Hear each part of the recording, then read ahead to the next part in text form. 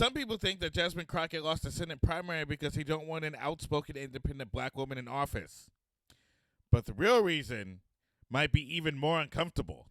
And it has less to do with qualifications than it does how Americans choose our leaders. Time and time again, American politics reveals something that people don't want to talk about. Most voters, even if they claim to be progressive, when it's time to vote, they're looking for that traditional life energy.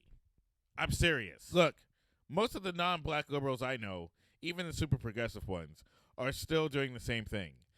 They're getting married, they're having children, they're buying houses, and they're worried about schools. So when voters see a race between Jasmine Crockett, an accomplished black lawyer who has many degrees, versus James Tallarico, a Presbyterian former school teacher from Round Rock who basically looks like a Mexican Mr. Rogers, they're thinking, who looks like the person that's going to keep my neighborhood safe, my schools open, and my kids okay? And that's really the calculation. That's where the policies land. It's about life, it's about love, it's about family. People will grandstand online about progress. Burn it all down. We need to stop this regime. We need to make changes. We need to get them out of office. Then go behind the curtain and vote for comfort. And here's the uncomfortable part. Degrees, accolades, and black excellence don't always translate into connection with voters. And I really think that's the conversation that black people need to have amongst ourselves. When it comes to taking public office, yes, the degrees are important. Yes, the accomplishments are important. Yes, she's down. Yes, she can dance. Yes, she can do all these things.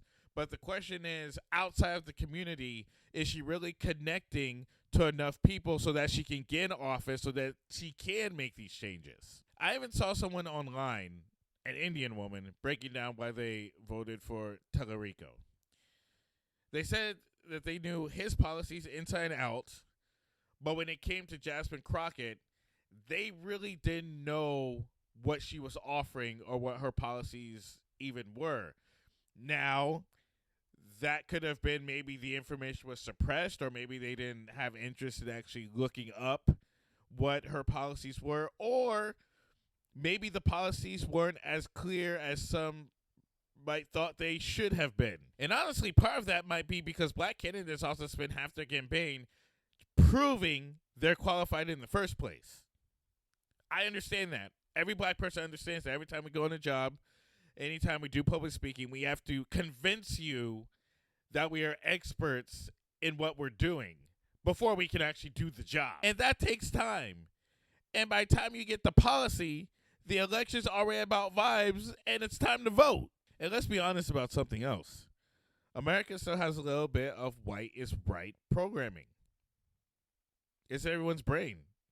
Everyone subconsciously believes that.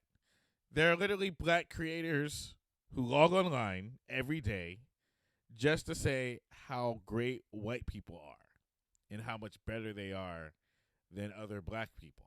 So in my opinion, the real lesson from this race might be this. In 2026, people vote for their tribe first, or someone that aligns with their traditions and the customs and the morals of their tribe. So it's not about the most qualified person.